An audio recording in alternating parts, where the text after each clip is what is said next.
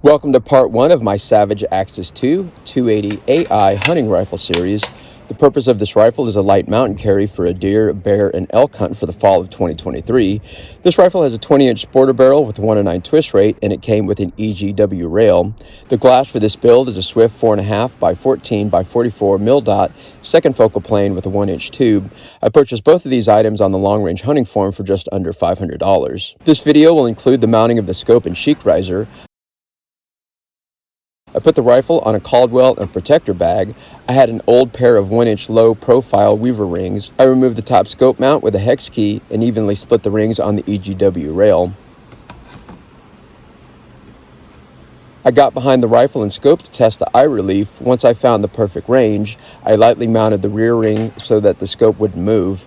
I removed the bolt and attached the Wheeler level kit. Instructions are to use the level kit internally, but I could not find a flat surface, so I used the rear tang, which was the flattest surface I could find. I gently turned the scope until the scope level matched the action level. Once everything was level, I used the hex key to tighten the scope mounts, and here are the final results.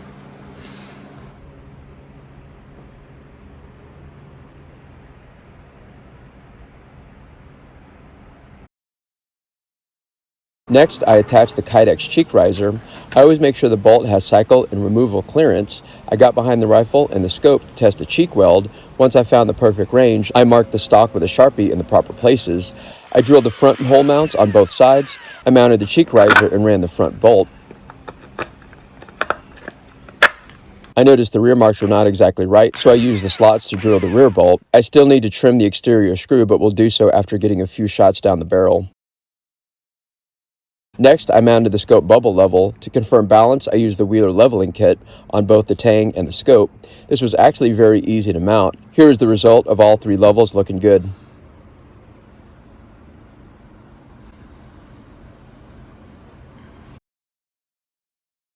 The last thing I did was weigh the rifle. I knew it was light, but I was greatly surprised when it weighed under 8 pounds, excluding the ammo and shoulder strap.